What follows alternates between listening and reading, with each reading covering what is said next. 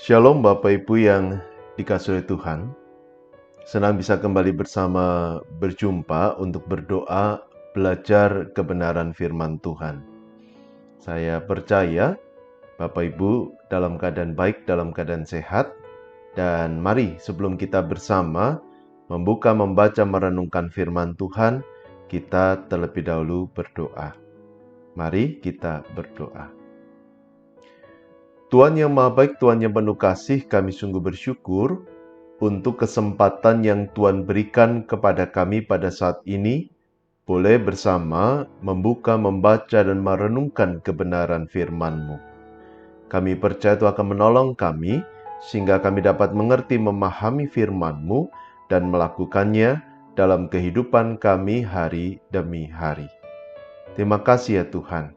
Dalam nama Tuhan Yesus yang Maha Baik kami sudah berdoa. Amin.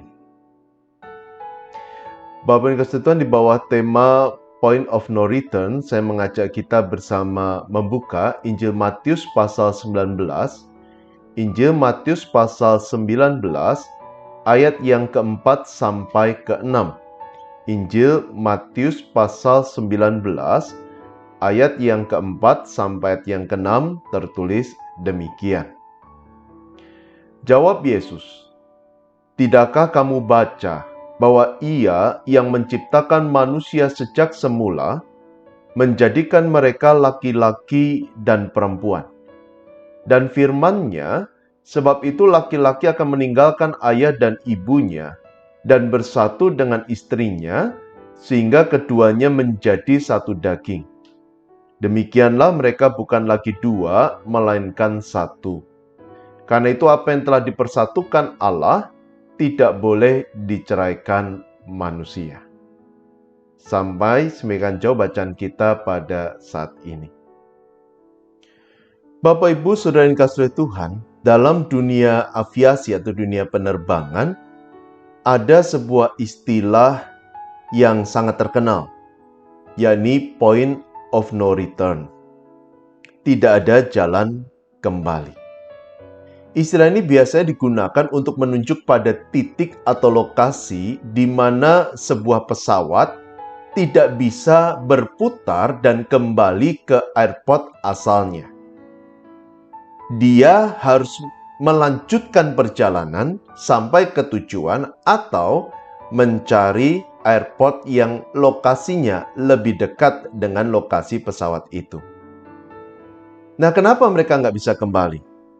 Alasan yang paling mendasar karena jumlah bahan bakar yang ada. Kalau mereka memaksa untuk kembali, maka pesawat itu tidak akan bisa mencapai airport asalnya. Karena jumlah bahan bakar yang sudah menipis. Karena itu, pesawat itu harus melanjutkan perjalanan ke arah tujuan. Nah, kalau kita kemudian menarik prinsip ini dalam kehidupan kita, khususnya dalam kehidupan pernikahan, kita akan menyadari bahwa dalam pernikahan ada point of no return.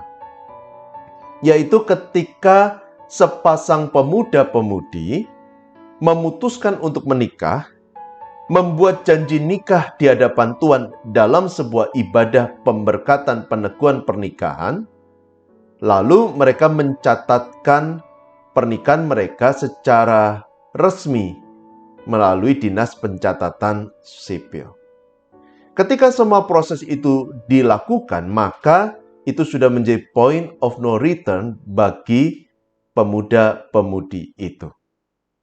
Kenapa saya katakan bahwa itu menjadi point of no return? Saudara, kalau kita lihat di dalam Matius pasal 19 ayat yang keempat sampai ke-6, di sana Tuhan Yesus berkata demikian. "Tidakkah kamu baca bahwa Ia yang menciptakan manusia sejak semula menjadikan mereka laki-laki dan perempuan? Dan firman-Nya, sebab itu laki-laki akan meninggalkan ayah dan ibunya dan bersatu dengan istrinya, sehingga keduanya itu menjadi satu daging. Demikianlah mereka bukan lagi dua, melainkan satu. Karena itu apa yang telah dipersatukan Allah, perhatikan, tidak boleh diceraikan manusia." Jadi Bapak Ibu, kalau kita membaca ini, kita paling tidak menemukan tiga kebenaran. Yang pertama, bahwa pernikahan itu adalah gagasan Allah, bukan hasil pemikiran manusia.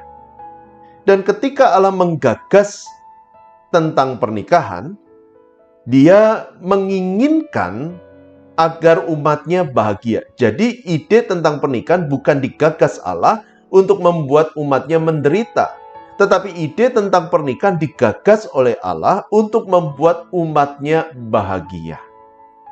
Dan untuk alasan itu Dia menciptakan manusia laki-laki dan perempuan dengan berbagai macam perbedaan. Namun saudara, ini yang kedua, kebenaran yang kedua, meski gagasan tentang pernikahan berasal dari Tuhan, tetapi keputusan untuk menikah dan keputusan dengan siapa kita akan menikah, itu adalah keputusan kita. Artinya saudara, ketika kita berkata, saya mau menikah, itu keputusan saya yang seharusnya saya buat dengan akal sehat, yang seharusnya saya buat dengan sadar, tanpa tekanan dari siapapun dan dari manapun. Ketika saya memutuskan untuk menikah dengan A, itu pun juga sebuah keputusan yang seharusnya dibuat dengan akal sehat, dengan sadar, tanpa tekanan dari siapapun dan dari pihak manapun. Tentu harapannya ketika kita membuat keputusan itu, kita sudah mengenal pasangan kita. Kita sudah menemukan kecocokan, memiliki visi yang sama, impian yang sama, kerinduan yang sama untuk membangun pernikahan bersama-sama. Karena itu yang ketiga dalam Matius 19 tadi, maka bisa dikatakan bahwa ketika seorang berkata siap, saya siap untuk menikah, saya siap untuk menikah dengan dia, maka dia harus tahu segala konsekuensinya. Dan ketika mereka menikah, mereka menjadi satu daging, dan disitulah dikatakan point of no return. Tidak boleh ada jalan pulang, tidak boleh ada penyesalan, tidak boleh kemudian berpikir kembali dan memutuskan, Tuhan saya mau batalkan semuanya. Lalu kemudian kita mengajukan perceraian. Tidak boleh. Ketika seorang berkata, saya akan menikah, saya akan menikah dengan dia, dan saya membuat janji di hadapan Tuhan untuk sehidup semati, untuk menjadi suami istri yang terbaik bagi pasangan kita, maka kita tidak boleh menelan air ludah kita sendiri. Kita nggak boleh menarik kata-kata kita, janji kita. Kita hanya punya satu tujuan, terus melangkah ke depan bersama dengan pasangan kita dan berusaha bersama untuk membangun keluarga yang bahagia. Nah, mungkin beberapa di antara kita bertanya, loh Pak, tapi kalau kami berbeda sekali gimana? Apa yang kami harus lakukan? Apakah memang tidak ada jalan pulang? Bapak Ibu Saudara, ini tentu bukan hal yang mudah ya. Tetapi kita perlu memahami bersama-sama. Yang pertama, bahwa ketika Tuhan menggagas tentang pernikahan kembali, Dia menginginkan kebahagiaan umatnya. Dan demi umatnya bisa bahagia, Alkitab katakan Allah menciptakan laki-laki dan perempuan. Kalau kita renungkan lebih jauh, ini bukan hanya masalah gender, tetapi ini juga bicara masalah karakter, bahwa ada karakter yang berbeda. Ini juga bicara masalah cara berpikir, bahwa ada cara berpikir yang berbeda. Jadi dengan kata lain, untuk menciptakan keluarga yang bahagia, Allah dengan sengaja menciptakan manusia dengan beragam perbedaan. Supaya apa? Manusia yang berbeda itu bisa saling melengkapi satu sama lain, dan pada akhirnya bisa bergandengan tangan, melangkah bersama, membangun keluarga yang bahagia. Karena saudara, kalau pasangan kita ternyata berbeda dengan kita, itu hal yang manusiawi, itu hal yang wajar. Yang perlu kita lakukan adalah bagaimana mengelola perbedaan itu, supaya pada akhirnya kita bisa saling melengkapi satu sama lain, dan bisa bergandengan tangan bersama, melangkah ke arah yang sama, mencapai tujuan yang sama, yakni untuk membangun keluarga yang bahagia.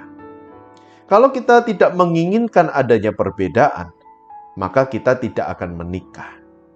Kita harus menyadari bahwa dengan siapapun kita menikah, pasti akan ada perbedaan.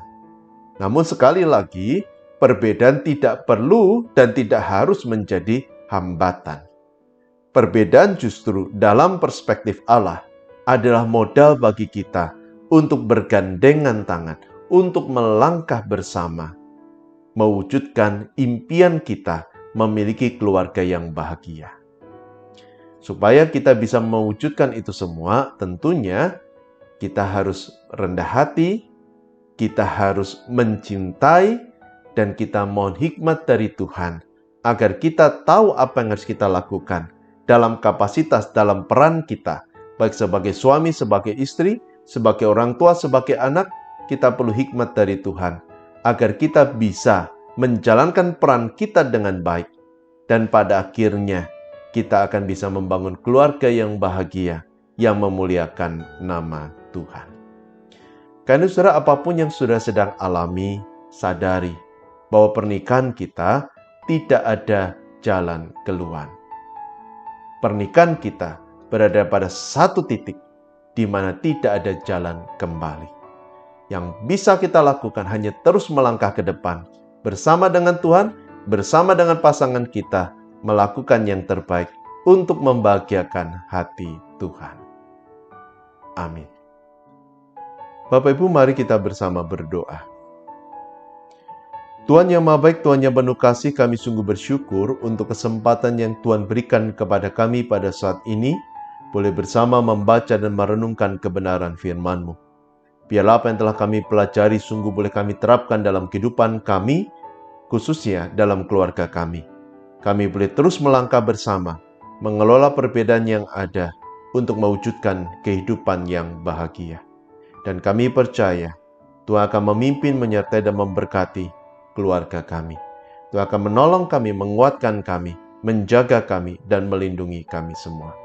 Beri juga kesehatan untuk keluarga kami, berikan kesehatan untuk melangkah bersama dalam berkat anugerah dari Tuhan. Dan kami pun juga berdoa untuk saudara kami yang sakit, berkenan Tuhan yang menjamah, melawat, sehingga mereka boleh kembali sehat. Kami juga berdoa bersama, menyerahkan untuk gereja-Mu, GKI Kutisari Indah, Allah yang terus berkasih karunia, memimpin dan menolong jemaat-Mu untuk boleh terus bertumbuh, berkarya bagi kemuliaan nama Tuhan. Berkati ibadah yang akan dilakukan besok hari Minggu, biarlah kami boleh mengikuti dengan segenap hati kami, dan firman Tuhan yang diberitakan sungguh boleh menjadi pedoman dalam kehidupan kami hari demi hari. Kami juga menyerahkan untuk bangsa negara kami, Allah yang berkasih karunia, menolong, memimpin, dan menyertai bangsa Indonesia. Terima kasih ya Tuhan. Doa ini kami panjatkan hanya di dalam nama Tuhan Yesus, dan kami juga mohon Allah berkenan mengulurkan tangan dan memberikan berkat. Saudara kasih Tuhan, arahkan hatimu pada Tuhan dan terimalah berkat dari Tuhan. Allah yang mengasihi engkau, Dia pun mengasihi keluargamu. Dia akan memberikan damai dan sukacita, hikmat dari surga dalam kehidupanmu, dalam kehidupan keluargamu, memampukan engkau untuk menjadi keluarga yang bahagia, keluarga yang juga memuliakan nama Tuhan. Dia akan memberikan sukacita dari sekarang sampai selama-lamanya. Amin. Tetap sehat, tetap semangat. Tuhan Yesus memberkati.